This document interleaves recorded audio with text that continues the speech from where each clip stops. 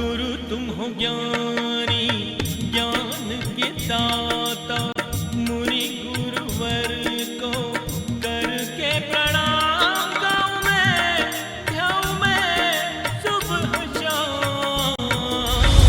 पुलक सागर एक नाम एक नाम। इस कार्यक्रम के प्रसारण पुण्यार्जक परिवार हैं श्री सुधाकर जी अग्रवाल, जितेंद्र कुमार सुधाकर जी अग्रवाल, ट्रस्टी जिन शरणम तीर्थ, संरक्षक पुलक मंच परिवार श्री रामपुर, सौभाग्यवती प्रिया जितेंद्र कुमार अग्रवाल, अध्यक्षा पुलक मंच परिवार श्री रामपुर, राष्ट्रीय शिक्षा मंत्री पुलक मंच परिवार, संयोजिका जिन शरणम छात्रावास, अध्यक्षा आचार्य शांति सागर पाठशाला श्री रामपुर, कुमारी समृद्धि चिरंजीव सार्थक अग्रवाल परिवार श्री रामपुर, जैन एग्रो इंडस्ट्रीज, निर्माता कॉटन सीड ऑयल और एग्रो उत्पाद, plot number A180 MIDC Shri Rampur, जिला अहमदनगर, महाराष्ट्र। भगवान महावीर के अमर संदेश जीव दया की राह पर चलते हुए भारत गौरव राष्ट्र संत आचार्य श्री पुलक सागर जी गुरुदेव की प्रेरणा से वात्सल्य धारा ट्रस्ट द्वारा संचालित एक महान अभियान, शिक्षा और सेवा समय की मांग, वात्सल्य धारा एक समाधान, मानवीयता की दुनिया में बढ़ते कदम, वात्सल्य धारा एक प्रकल्प अनेक, सुशिक्षा, सुस्वास्थ्य शिविर, औषधि वितरण, वात्सल्य धारा रुग्ण वाहिनी, अहिंसा प्रसाद, माँ जनवाणी संग्रहालय, जीव दया, गौ सेवा, कन्यादान, वात्सल्य धाम। सामर्थ्य अनुसार सहयोग राशि प्रदान कर हमसे जुड़ें। बैंक खाता विवरण निम्नवत है, अथवा आप अपनी धनराशि दिए गए QR कोड को स्कैन करके हमें UPI द्वारा सीधे भेज सकते हैं। आपके द्वारा दिया गया दान आयकर की धारा 80G के अंतर्गत कर मुक्त है। पूछताछ हेतु संपर्क करें। अरे शिव जी ने कहा बढ़िया, अपने जैसा बेईमान समझ रखा है क्या? मैं भगवान हूँ, शिव जी हूँ, मैं प्रकट हुआ हूँ, तुझ पे प्रसन्न हूँ, मांग क्या वरदान चाहिए। वहां पर एक पुजारी खड़ा था, उसने कहा शिव जी रुको, इसको वरदान दे रहे, इसको, झूठे को, बेईमान को, मैं रोज तुम्हारी पूजा करता हूं, वरदान मुझे मिलना चाहिए। शिव जी ने कहा पुजारी आज तू हट, आज वरदान इसको ही मिलेगा, ध्यान रखना है। तो बोले वरदान मांग ले। तो सेठ ने, चोर ने सोचा यार वरदान सही में देंगे या नहीं देंगे, क्योंकि बेईमान तो था, जो खुद ही बेईमान है दूसरों को ईमानदार कहां से समझेगा। उसने कहा मांग वरदान। उसने कहा शिव जी थोड़ी देर का समय दो। अरे बोले वरदान मांग ले, मैं बार बार प्रकट नहीं होऊंगा। बोले नहीं, 1 घंटे का समय दे दो, मैं थोड़ी घर में सलाह, वाणियां बिना सलाह के कुछ करता ही नहीं, ध्यान रखना, पहले सलाह ले लूं। दौड़ा, शिव जी ने कहा जा, मैं तुझे 1 घंटे का समय देता हूं। दौड़ा दौड़ा घर गया, दरवाजे पे घर के आंगन में उसकी बूढ़ी माँ बैठी थी। उसने कहा अम्मा, बोले बोल बेटा आज जल्दी आ गया। बोले आज शिव जी मुझ पे प्रसन्न हो गए। बोले भाग पागल गई के, तुझ पे और भगवान प्रसन्न होगा, जिंदगी नहीं हो सकता है। बोली अम्मा देख ज्यादा बात मत कर, 1 घंटे का समय है। बोले क्या? बोले शिव जी ने कहा वरदान। अरे बोले प्रसन्न होना अलग बात है, वो वरदान तुझे देंगे, तू कभी मंदिर नहीं जाता है। अब भोले बाबा है, बोले दे दिया, ओघड़ बाबा दे दिया तो दे दिया। पूछा क्या वरदान मांगू अम्मा, भगवान प्रकट हुए हैं। अम्मा ने कहा बेटा 60, 70, 80 साल की हो गई, मैं जन्म से अंधी हूं, मेरे मरने का समय है, मैं चाहती हूं कि मरने से पहले ये दुनिया देख लूं। सेठ ने कहा दिमाग खराब है तेरा पागल, 80 साल देखी नहीं, अब देख के करेगी क्या? अब तो तू चली जा चुपचाप, क्या करेगी देख के दुनिया? तो बोले मतलब क्या है? बोले अम्मा क्या, शिव जी बार बार प्रकट थोड़ी होंगे, पहली बार प्रकट हुए हैं और आखिरी बार। तो अम्मा ने कहा क्या मांगेगा? बोली आंख मांग छोड़, अब तो तू जा, क्या देखना है दुनिया को, बेकार है दुनिया। बुढ़िया समझ गई ये नहीं मानेगा। अंदर गया, पत्नी से बोला शिव जी प्रकट हुए, क्या वरदान मांगू? पत्नी ने कहा तेरे जैसे बेईमान पे कोई भगवान प्रसन्न होगा? अरे बोले हो गया तो हो गया, भोलेनाथ है, हो गए प्रकट। बोले क्या वरदान मांगू? पत्नी ने कहा देखो 15 साल शादी के हो गए, अभी तक अपने पास कुछ है नहीं, शिव जी से कहना एक बच्चा दे दो हमको। अरे बोले पागल बावली, कभी रोज रोज शिव जी प्रकट होंगे, बच्चा मांगू?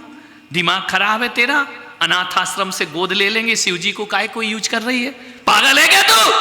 तो पत्नी ने कहा क्या क्या पूछ रहा है? बोले नहीं बच्चा नहीं मांगूंगा मैं। पत्नी समझ गई, टका हरता टका करता, टका स्वर्ग प्रदाय मोक्ष प्रदाय कम। गया लौटा, शिव जी ने कहा क्यों रे बाणिए क्या चाहिए? बोले वरदान दो। बोले एक ही दूंगा, दो नहीं दूंगा। भणिया ने कहा एक ही लूंगा, दो नहीं लूंगा। बोले मांग वरदान। तो शिव जी दोगे बाबा, दो वरदान। तो भणिया ने कहा शिव जी एक वरदान दे दो। बोले एक ही दूंगा। बोले बस एक ही वरदान देना कि मेरी मां अपने पोते को सोने की थाली में खाना खाते देखे। समझ गए कि नहीं समझे? कुछ लोगों को घर में जाके समझ में आएगा, ध्यान रखना। मेरी मां अपने पोते को सोने की थाली में भोजन करते। बताओ, भगवान को भी लूट लिया वाणी ने, ध्यान रखना। एक में निपटा दिया, 12 न्यारा हो गया, ध्यान रखना। इसलिए कभी देखना रे, सरकार भी दीवारों पे लिखवाती है, क्या लिखवाती है? देश के सच्चे नागरिक बनिए।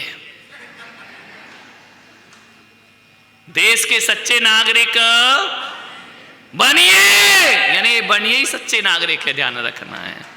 मान इनसे मत उलझो, बहुत लफड़े वाले हैं, ध्यान रखना। ये किसी को नहीं छोड़े, बाप बड़ा ना भैया सबसे बड़ा है? सेठ ने कहा कि लक्ष्मी 24 घंटे की मोहलत दे दे। लक्ष्मी ने कहा कोई बात नहीं, मुझे जाना तो है, पवन जी के यहाँ जाना है मुझे, लेकिन 24 घंटे का तुझे टाइम देती हूँ। सुबह सेठ उठा, अनमना सा, उदास, थका हुआ। 4 बहुएं सेठ की आईं दौड़ी दौड़ी। पिताजी आज बड़े थके थके दिख रहे हो, बीपी बढ़ गया क्या? बोले सब बढ़ गया है, कोलेस्ट्रॉल बिल्कुल हाई हो रहा है, शुगर बिल्कुल हाई हो रही है, 800 से ऊपर जा रही है। क्या हो गया पिताजी? रात में तबीयत खराब थी क्या? बोले थी नहीं, अब हो गई। बोले क्यों? बोले बेटा अपने बुरे दिन शुरू हो गए, अच्छे दिन समझ गए क्या? अब अच्छे दिन चले और क्या दिक्कत है? विचार करना। 12 साल पहले अपन कह रहे थे अच्छे दिन आ गए, अभी माहौल बन रहा कि अच्छे दिन, इन अच्छे दिन से तो बुरे ही दिन अच्छे थे, ध्यान रखना है। मान्य भाई, अपने बुरे दिन शुरू हो गए। बहू ने कहा क्या हुआ पिताजी? बोले आज रात लक्ष्मी सपने में आई और वो बोली कि मैं तुम्हें छोड़कर जा रही हूं। अरे बहुओं ने कहा पिताजी ऐसा मत करो, सारी दुनिया छोड़ दो लेकिन लक्ष्मी को नहीं, तो अपने को कोई राम राम नहीं करेगा, जय जनेन नहीं करेगा, कोई पूछेगा नहीं, तुम्हारी कोई इज्जत नहीं, जो भी इज्जत है वो काहे की है? पैसे की इज्जत है, कोई नहीं पूछेगा। सेठ ने कहा मैं भी बहुत दुखी हूं, लेकिन लक्ष्मी ने कहा है दया करके कि जाते जाते मैं 25 साल साथ रही हूं, एक वरदान तुझे दूंगी। बहू ने कहा कि क्या वरदान? बड़ी बहू से पूछा क्या वरदान मांगू? बड़ी बहू ने कहा एक काम करो, लक्ष्मी से कहना कि तुम्हें जाना है तो जाओ, भीलोड़ा की जितनी भी जमीन है वो हमारे नाम कर दो। सेठ ने कहा सही कहती है।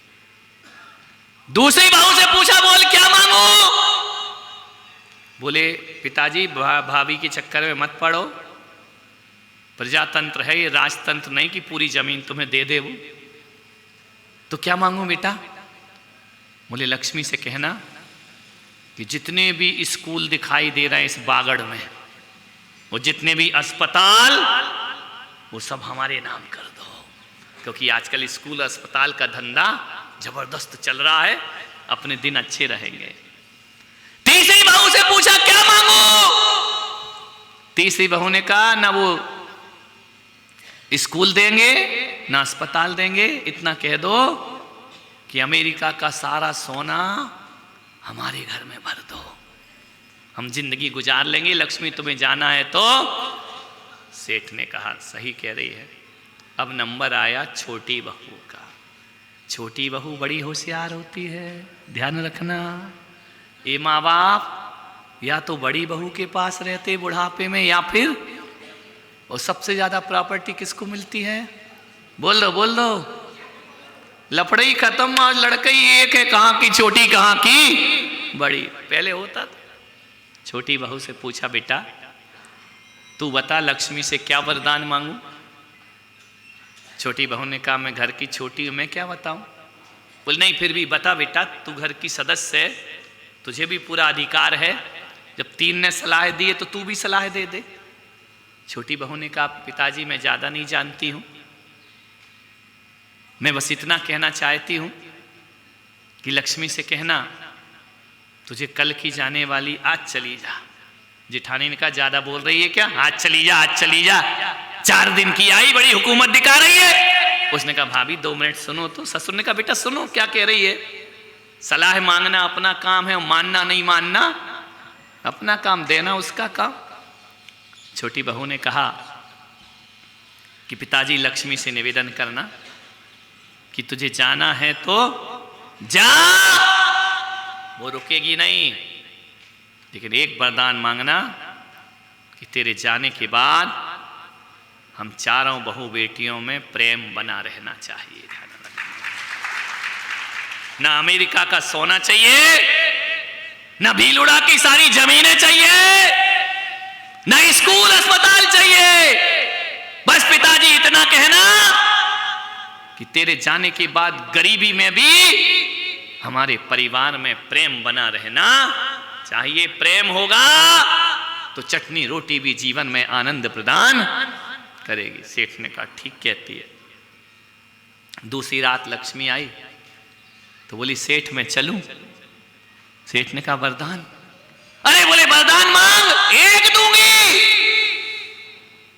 एक से ज्यादा वरदान नहीं दूंगी। सेठ ने कहा, एक ही चाहिए देवी। तो बोले, मांगो सेठ, क्या मांग रहे हो।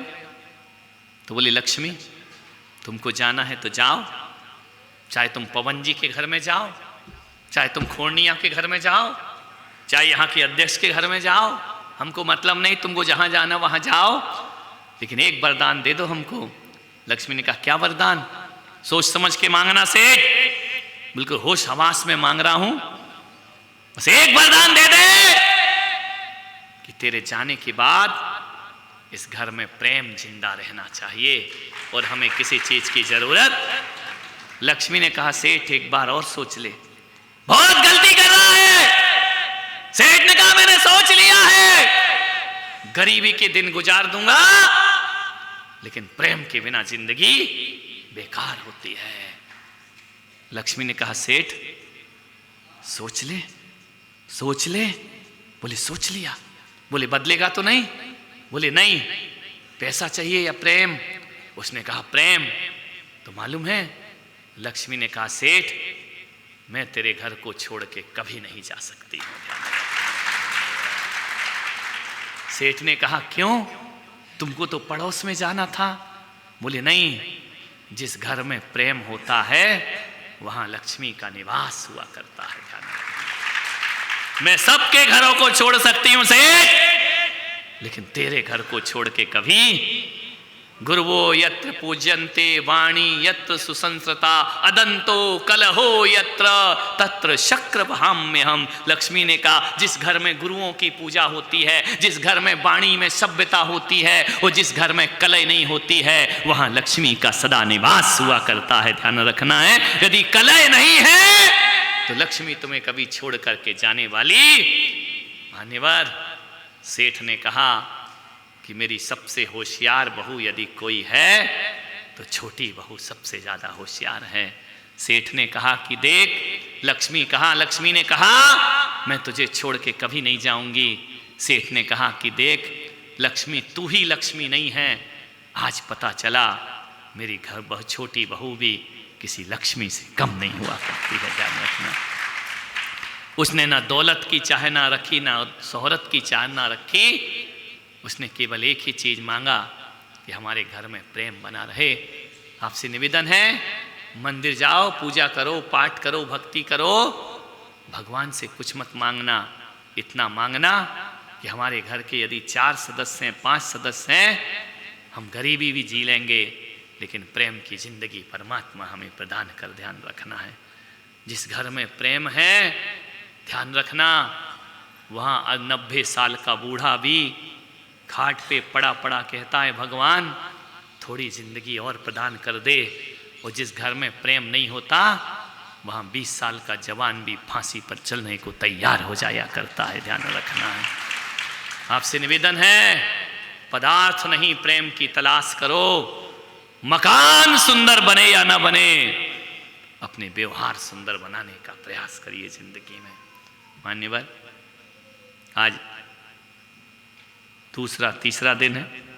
पहले दिन कुछ और था, दूसरे दिन कुछ और हुआ, तीसरे दिन कुछ और हुआ, और अभी थोड़ा यहाँ पर विधान का कार्यक्रम भी है, धार्मिक आयोजन है, अनुष्ठान है। तो मैं इतना ही कहना चाहता हूँ कि कुछ नहीं होना चाहिए जीवन में। सबसे बड़ा कोई मंत्र है तो प्रेम जीवन का महामंत्र है मेरे भाई। प्रेम की माला जपो, प्रेम से बोलो, प्रेम से जियो, प्रेम से खाओ, प्रेम से सो, प्रेम ही ओढ़ो, प्रेम ही बिछाओ, क्योंकि प्रेम से बड़ा दुनिया में कुछ भी नहीं हुआ करता है।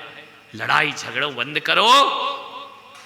भगवान महावीर के अमर संदेश जीव दया की राह पर चलते हुए भारत गौरव राष्ट्र संत आचार्य श्री पुलक सागर जी गुरुदेव की प्रेरणा से वात्सल्य धारा ट्रस्ट द्वारा संचालित एक महान अभियान, शिक्षा और सेवा समय की मांग, वात्सल्य धारा एक समाधान, मानवीयता की दुनिया में बढ़ते कदम, वात्सल्य धारा एक प्रकल्प अनेक, सुशिक्षा, सुस्वास्थ्य शिविर, औषधि वितरण, वात्सल्य धारा रुग्ण वाहिनी, अहिंसा प्रसाद, माँ जनवाणी संग्रहालय, जीव दया, गौ सेवा, कन्यादान, वात्सल्य धाम। सामर्थ्य अनुसार सहयोग राशि प्रदान कर हमसे जुड़ें। बैंक खाता विवरण निम्नवत है, अथवा आप अपनी धनराशि दिए गए QR कोड को स्कैन करके हमें UPI द्वारा सीधे भेज सकते हैं। आपके द्वारा दिया गया दान आयकर की धारा 80G के अंतर्गत कर मुक्त है। पूछताछ हेतु संपर्क करें। इस कार्यक्रम के प्रसारण पुण्यार्जक परिवार हैं श्री सुधाकर जी अग्रवाल, जितेंद्र कुमार सुधाकर जी अग्रवाल, ट्रस्टी जनशरणम तीर्थ, संरक्षक पुलक मंच परिवार श्री रामपुर, सौभाग्यवती प्रिया जितेंद्र कुमार अग्रवाल, अध्यक्षा पुलक मंच परिवार श्री रामपुर, राष्ट्रीय शिक्षा मंत्री पुलक मंच परिवार, संयोजिका जनशरणम छात्रावास, अध्यक्षा आचार्य शांति सागर पाठशाला श्री रामपुर, कुमारी समृद्धि चिरंजीव सार्थक अग्रवाल परिवार श्री रामपुर, जैन एग्रो इंडस्ट्रीज, निर्माता कॉटन सीड ऑयल और एग्रो उत्पाद, plot number A180 MIDC Shri Rampur, जिला अहमदनगर, महाराष्ट्र।